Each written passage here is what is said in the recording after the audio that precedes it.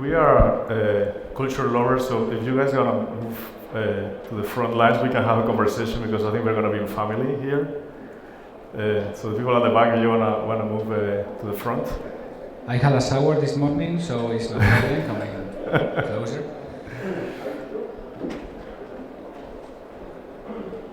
Yeah, because we can do this conversation now. I think it can help. Based on the number of people we have, we can make it conversational. I'm going to go down. Yeah. Okay, so let's get started.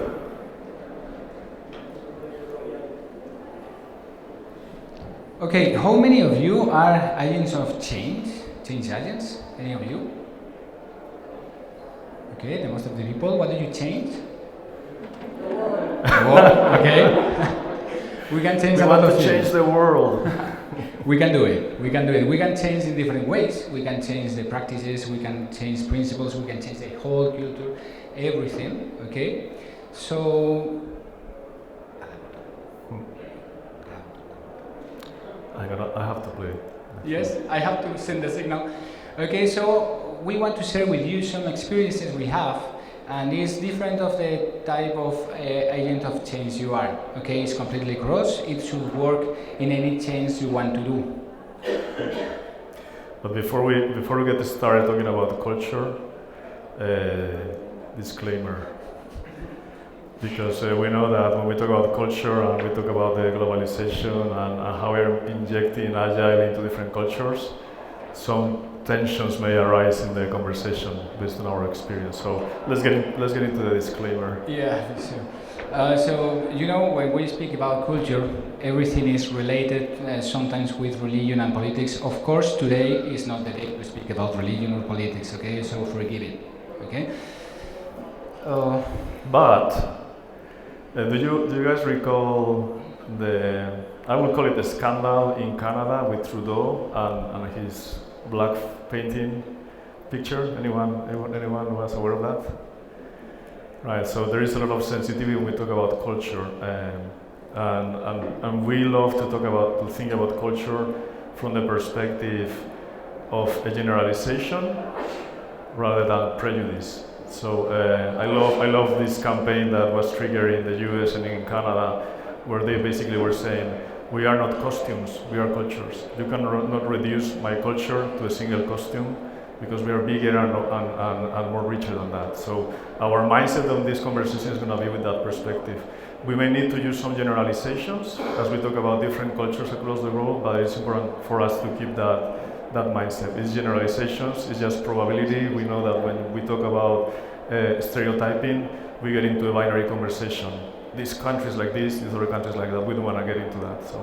And of course, not everybody in Spain runs sevillanas, okay, and not everybody in Korea practices taekwondo, okay. Mm-hmm. So this is a very, very complex world, and we, as change agents, we have to take care with a lot of elements in the environment.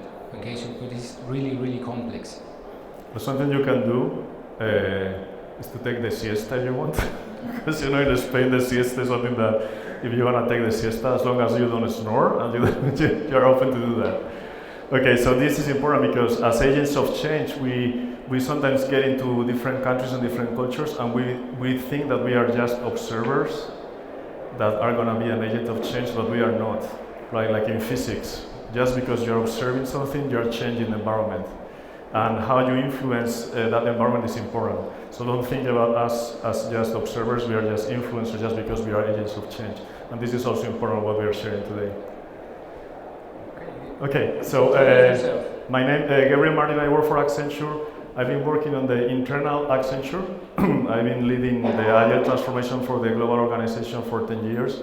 That means moving around the globe in all our locations, in the Philippines, India, US, Argentina, Ireland, Spain, because we have teams in Spain. So that gave me the opportunity to kind of get the different flavors of different cultures within a corporate culture, which is our company, with 500,000 employees. And I'm Jorge Cerrejón. I've been traveling all around the world too. In the last 15 years, I've changed 12 times in the world, countries, not only for projects, just living in the countries and feeling the culture and and it's rich for everyone that can do it. Okay, so now I joined Accenture 6 months ago.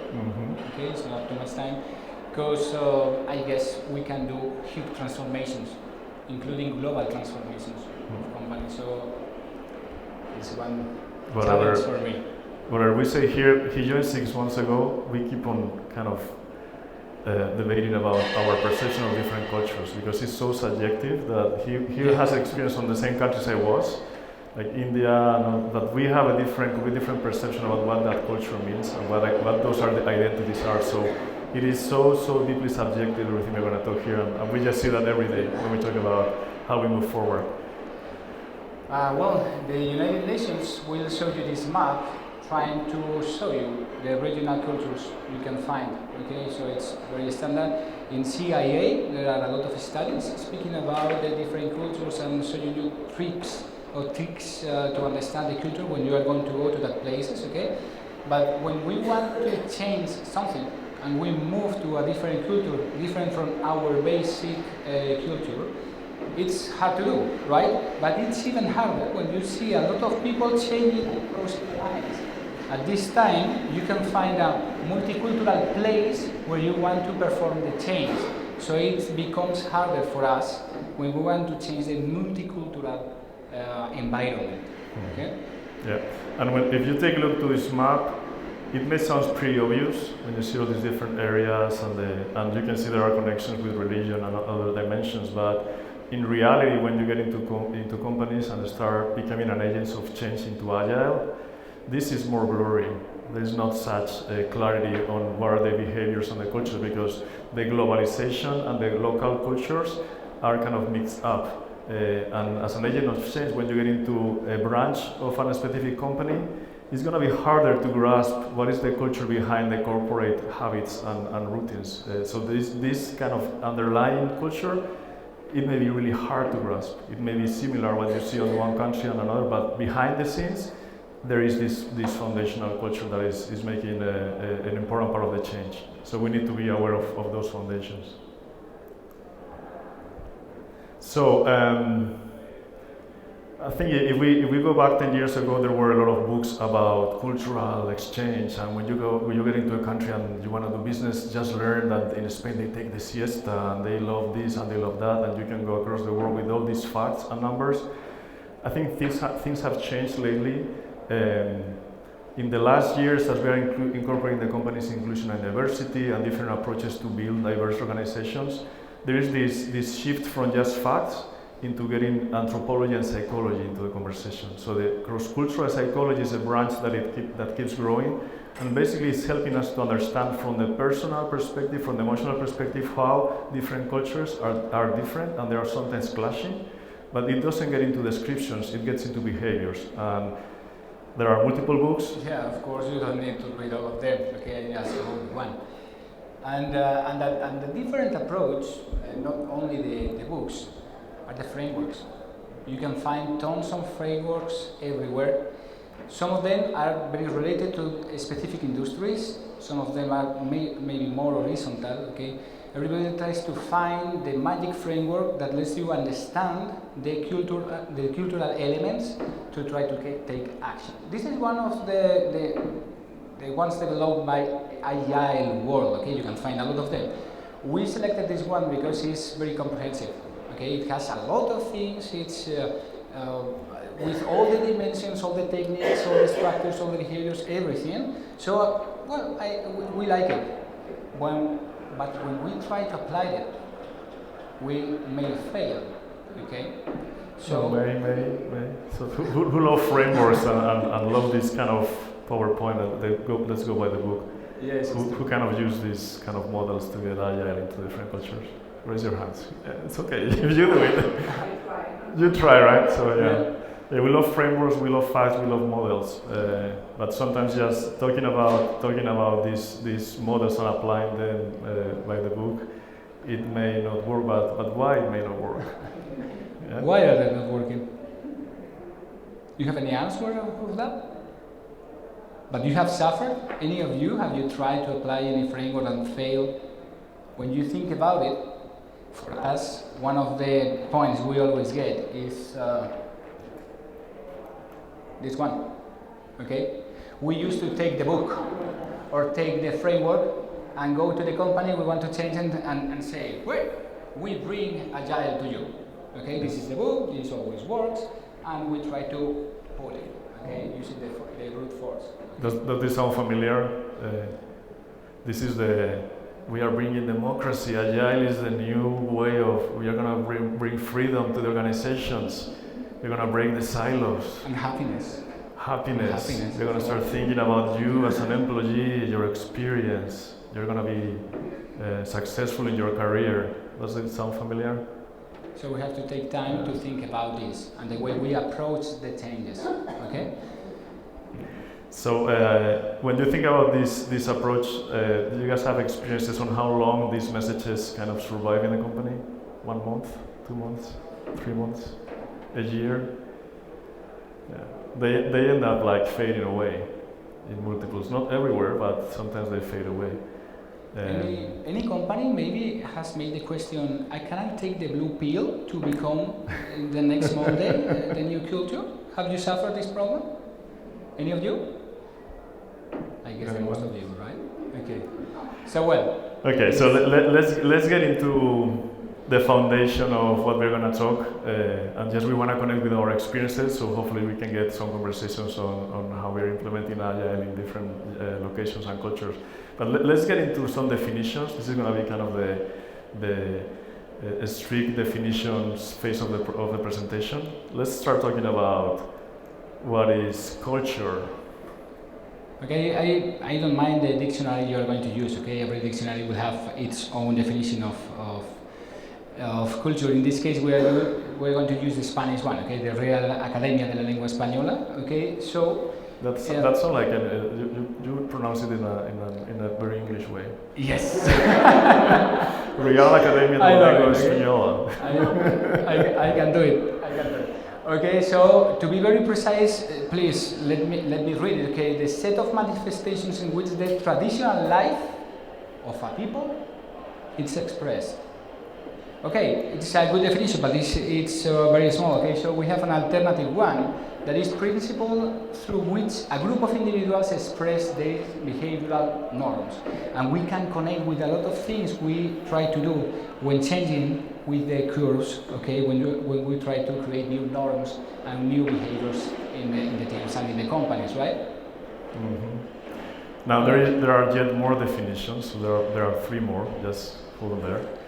There is the next definition that we have a lot of conversations about it, which is this one: cultural identity. So we don't talk about culture, we talk about cultural identity, and I'm going to read the definition here. So it's a set of values, traditions, symbols, beliefs, and behaviors that form the cohesive element within a social group and make the individuals who form it develop their sense of belonging.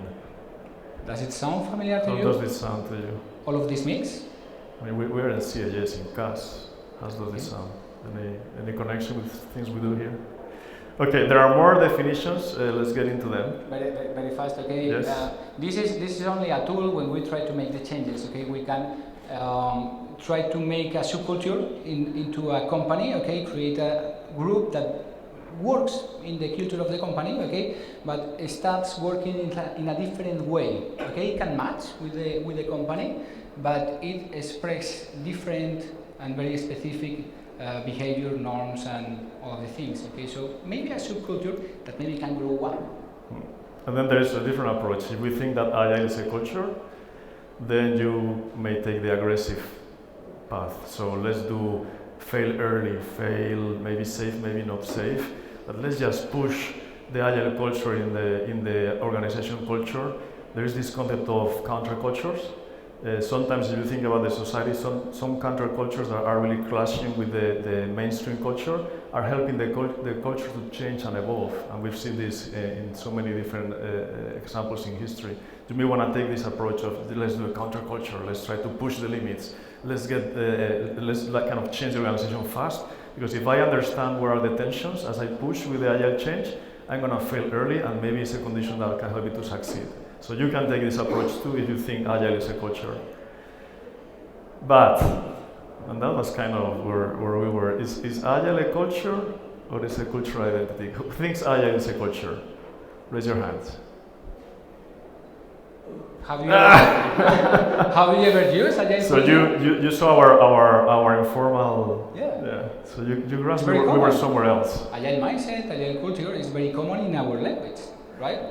So who thinks, and you're going to raise your hands, all of you, so who thinks Agile is more of a cultural identity? Raise your hands.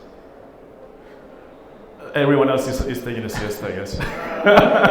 Some of them don't know, okay, no problem. Okay. So if we think that it's a cultural identity, if we try to inject it into a company, okay, we can take different approaches, okay? One of the approaches is make a ban. What did you say? Big Bang? So you should know that Big Bang is just a forbidden word. That we shouldn't use that word anywhere. So we don't do Big Bang implementation of Agile. So please don't use that word. There are other approaches. As I mentioned, you may want to just do the escalation based on a culture that doesn't crash with the other, or you may want to just use the counter culture. Those are the two options you may want to use. But again, we are still talking about that Agile is a culture, and if you still think that it's a culture, there are some things that are risky here. Yeah, of course. Okay, so if you speak about Agile culture and you think Agile is a culture, you have to make a comparison with other cultures and other elements. Okay, and the roots of the cultures, the most of them are religions. Okay, Christianism, Islamism, Taoism, different cultures. Okay, and they are modified by the politics, the capitalism and the communism and the socialism. All of these elements will make a mix of elements. Okay, watching this picture, what is common between all of them, or the most of them?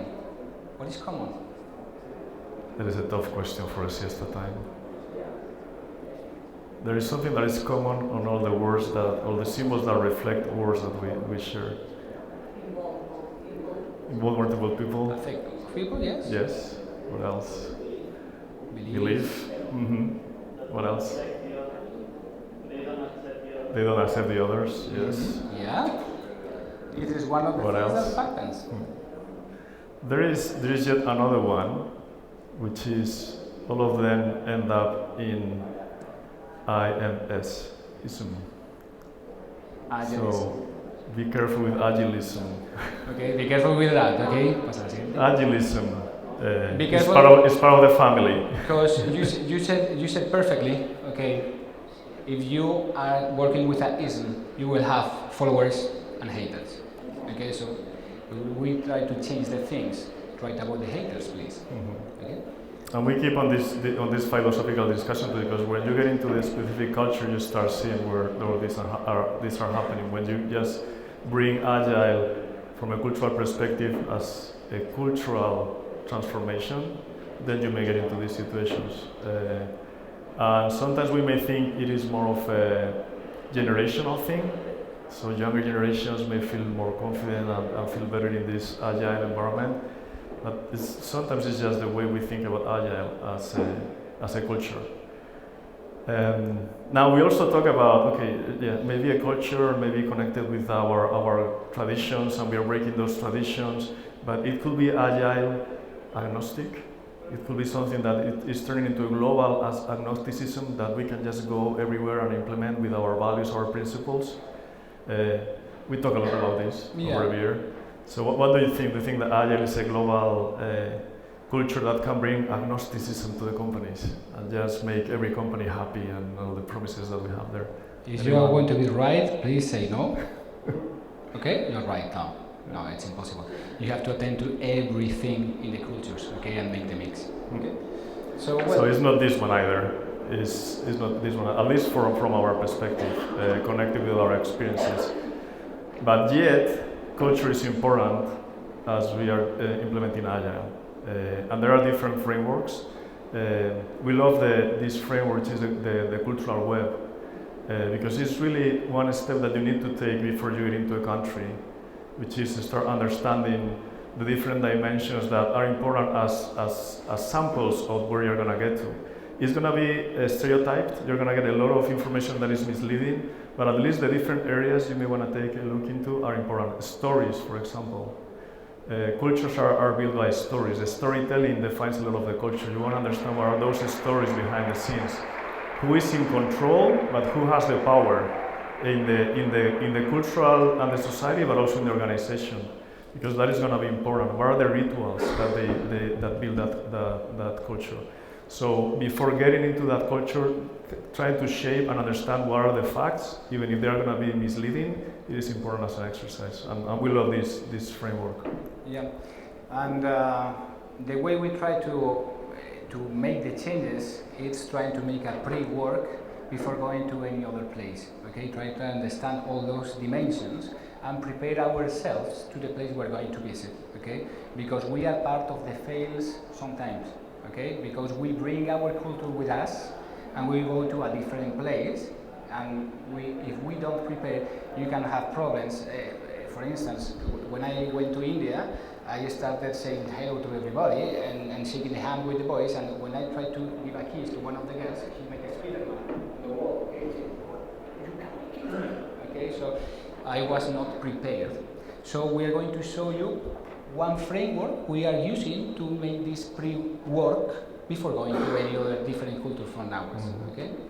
And why that is important? Because this situation, it built on a stereotype. Indian girls, they don't want to be kissed.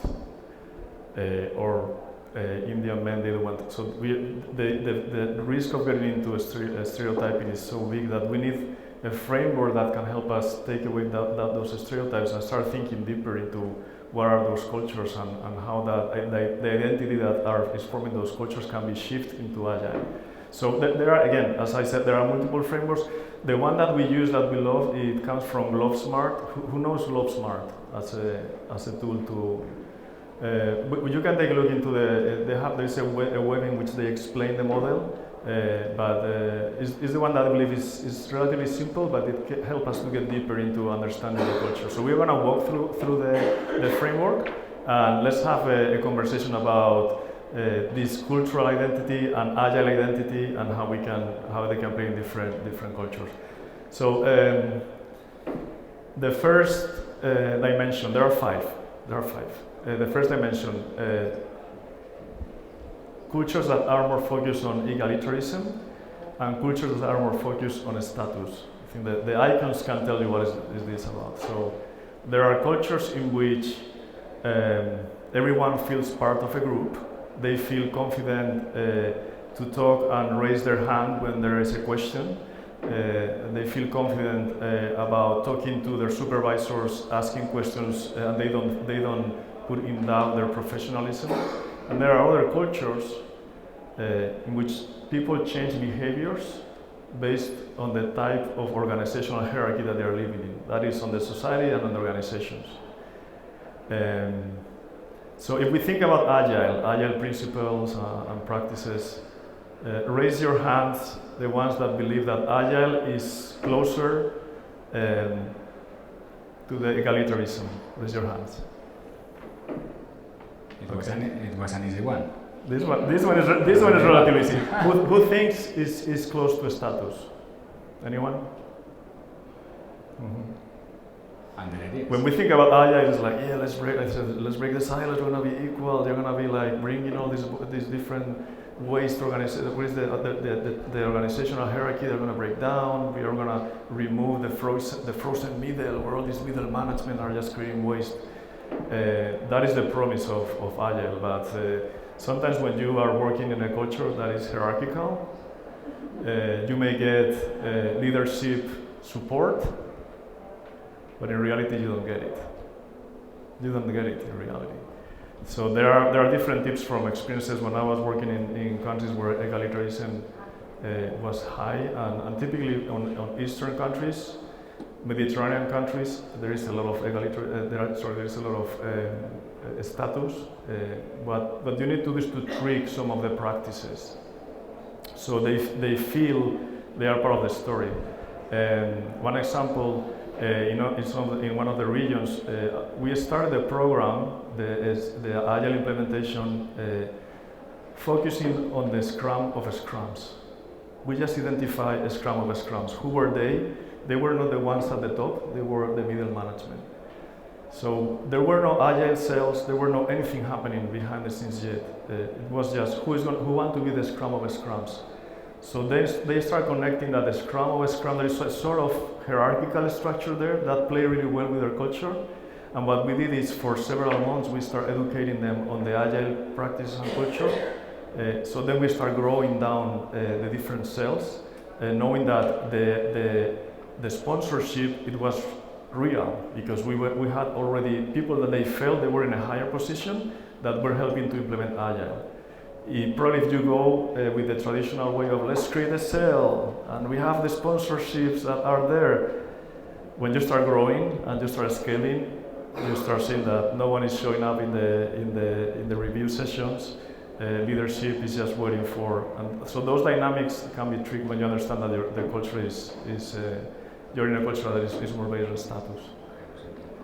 Another example you want to add to this? We have to run because I'm time. Okay. On the time. So next one, let me speed up on this. The next one is there are cultures that are more focused on risk, and there are cultures that are risk averse.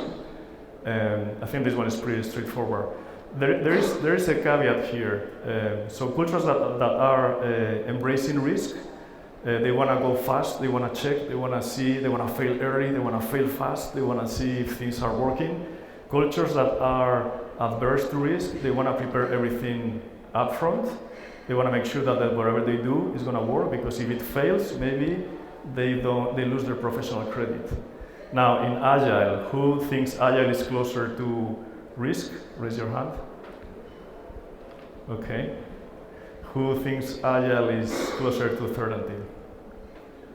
Okay. Now we're trying to mix different understandings of Agile. If you think about this icon, sometimes when you work with cultures that are risk averse, if you stress and you focus, for example, on the product owner, and you focus on really preparing and getting all the inputs into the sprints, and you work in detail all the materials that are required, and you share with the leadership of the organization everything, those small increments are compensating the culture of risk averse. So there are ways to implement Agile when you're in this type of culture.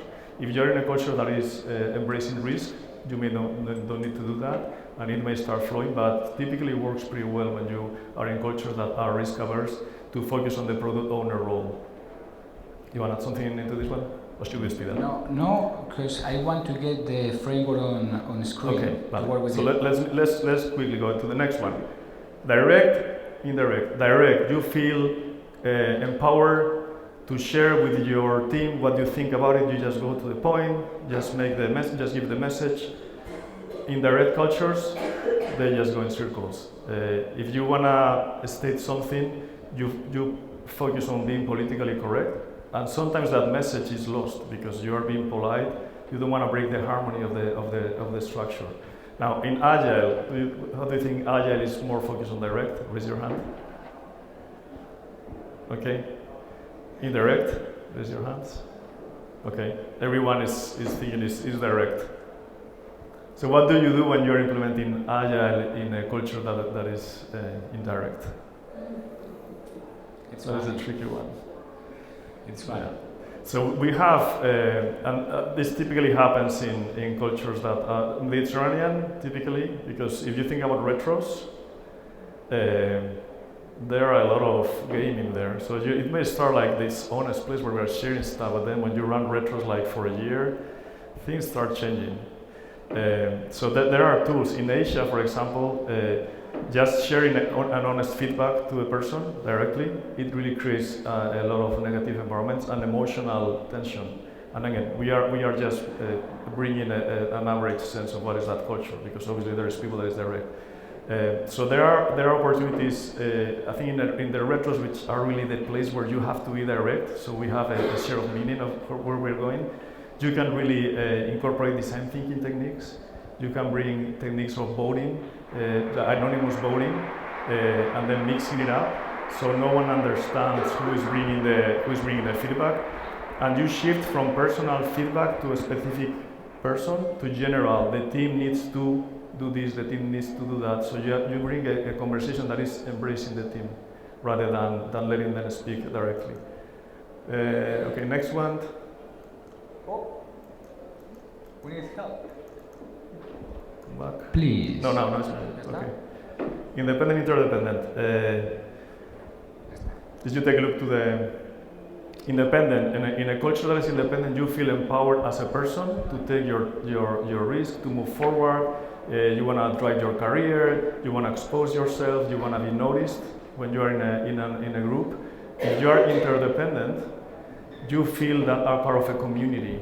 So the progress that you can make is a progress that is going to count on the community. You don't want to be an outsider. Do you want to look different than the community? So what do you think about Agile? Is more independent or interdependent? Independent, raise your hands. Interdependent. Now we're starting to see a flip. Probably you guys are thinking about your culture, where Agile sits. Now the interesting is that when you get into these dimensions, Agile is not that clearly defined. And that is something that can be of help here. Now the last one, task-oriented versus relationship-oriented. Task-oriented is our cultures that they just want to get things done. There is a timeline, there is a deadline, and we're going to get things done. If someone gets emotionally hurt through the journey, that is secondary. We need to get there. In other cultures, it is based on relationship. If the date is compromised, because some dynamics and harmonics in the team may be broken, that is okay. Better keep the relationships and the harmony in the team rather than meeting the date. So Agile, who thinks is most task-oriented? Raise your hands. No one. One? Only one? Relationship, who thinks Agile is more about relationships? Yeah, that's interesting. Because when we ask this in Anglo-Saxon cultures, everyone thinks it's task-oriented. When we ask this in more Mediterranean or Asian cultures, they think it's more relationship-based. So you're starting to see that your perception about Agile it is embedded in the way you see the world, because you are not objective. Okay, let's move forward. Yeah, let's take a look at the framework. All the 5 dimensions we were speaking about, you can see in this picture. Okay. So you are going to put a point in every line, okay, maybe in the right, maybe in the left, okay, and I would like you, we have no time, okay, but I would like you to take this and put a point into the different lines where you see yourself, okay, in those dimensions. Maybe I'm really risk-oriented, okay, or I'm risk-averse, because knowing myself is the way to understand what should I have. Should I do when I try to change any other people or any other culture? Okay? Just feel or just think through it, right? So where do you see yourself? Imagine the picture of yourself, okay? And of course, what you are going to paint is not forever. It will change because everybody changes. Okay, the transformation is forever. Okay. So today we are in a line. Maybe tomorrow we have changed. Okay. Okay. Did you guys think through the 5 dimensions? You got it there? Cool. I cannot see it from here, but yeah, you got it there. Okay, so you may see around. Now, this is not binary. Okay, so you can need more layers. Okay, you can move. Okay, in the lines. So now we're going to show you the interesting thing with Global Smart is they aggregate the individual self-assessments. By countries and by cultures, so they have some sort of way to display where different cultures are sitting. What I'm showing you here is my own plotting. What you see on the black dot, that is myself. You see the US, these are the different countries I've been working with. So you see the US, Argentina, China, United States, Philippines, and India. I'm clearly sitting on the US side, probably because of the influence of my professional experience. And you see where Spain is sitting. I guess many people from Spain, you see that we are not so far away from Asian countries that we sometimes see them as so collectivist. But culturally, we are closer to them. Now, the challenge as an agent of change is also where do we see Agile? in this graph. And as we were seeing earlier, there were some sort of alignment on some of the different dimensions, but in others there are so many different perspectives. So as an agent of change, we are bringing those perspectives into the country we're going to visit. So I guess the second exercise is we should draw the line where you can find Agile, okay, in this picture, and of course it will be different for all of you. Maybe closer, okay, but when you change to a different country, maybe you will move the line, okay. So this is where, and here's where we were like hours of conversation on what. This is where we see it, but we were in a different approach. We've been in different countries, but we still understand Agile is sitting in a different situation, and this can give you a relative position. If you're starting to think about a country in which you want to implement Agile, you have a tool that can start helping you on your tactics. How you can move yourself, because you're an agent of change and you have to change yourself. If you're getting into India and you're sitting in the other side of the visual, what areas you need to develop yourself so you get closer to that culture. For me it was hard in Asia because I was too direct, and I have to learn and understand that there are different behaviors that I need to incorporate before I can get into the Agile implementation. So you have to move yourself and you have to move the companies. If you want to reduce the gap, because you are moving a Spanish company to Agile, and you have to reduce the gap between the A and the blue square, where you are, you can track, okay, because you have the tools developed. But if you don't have the tools, it will be hard for you, okay? So it depends. If you want to move to this side and you are in this side, it will be really hard for you, okay? So you have to develop your own competencies, okay? First of trying to make a big change, that maybe it will be really hard, okay? And of course, it will change with the time, because if you are moving your company, okay, the lines will be moving. So, for example, many of you were thinking about Agile be more relationship oriented. There is a lot of bias there, because it is basically a balance between task and relationship. And I think that is the beauty of Agile, in which you bring both sides of the story in a way that can work pretty well. So if you're an agent of change and you're really focused on Agile coaching, you need to start figuring out how you can move yourself into wherever you think Agile can be. And something that is really interesting is to do this exercise with the people you're going to be working on the different countries. Just ask them to plot where they see Agile and where they see themselves. You will see. Right. You raise the hands very different in some of the questions we did. Okay, if you draw the lines, they will be significantly different. And then Agile is gonna morph and change over time. So when you end up with months of experience in a different country and you plot it down again, Agile is gonna be like changing. So I think that is the beauty of agility, that is so open. But we need some frameworks for us to really operate in different cultures as we bring our own culture into the equation. So, how are we doing with time? It's time to finish? Yes. Yes? Okay, so closing. 20 seconds. 20 seconds, yeah. The most important when you make the changes is you, okay? So, first of all, know yourself and your tools and all the things.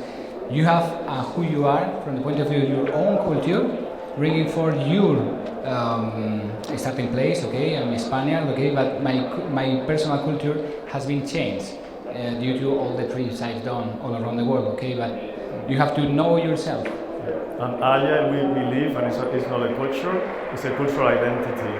So you get people around that cultural identity, so it has to morph.